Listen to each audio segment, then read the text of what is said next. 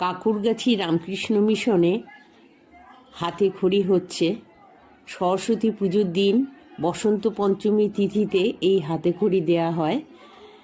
অমৃত যোগ বা মহেন্দ্র যোগ, এটি শুভ সময়।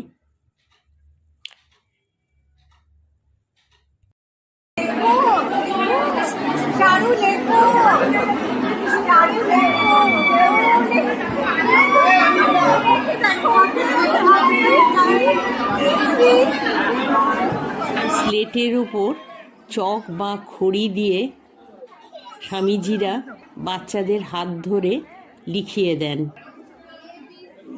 4 থেকে 6 বছর বয়স উপযুক্ত বলে ধরে নেওয়া হয়।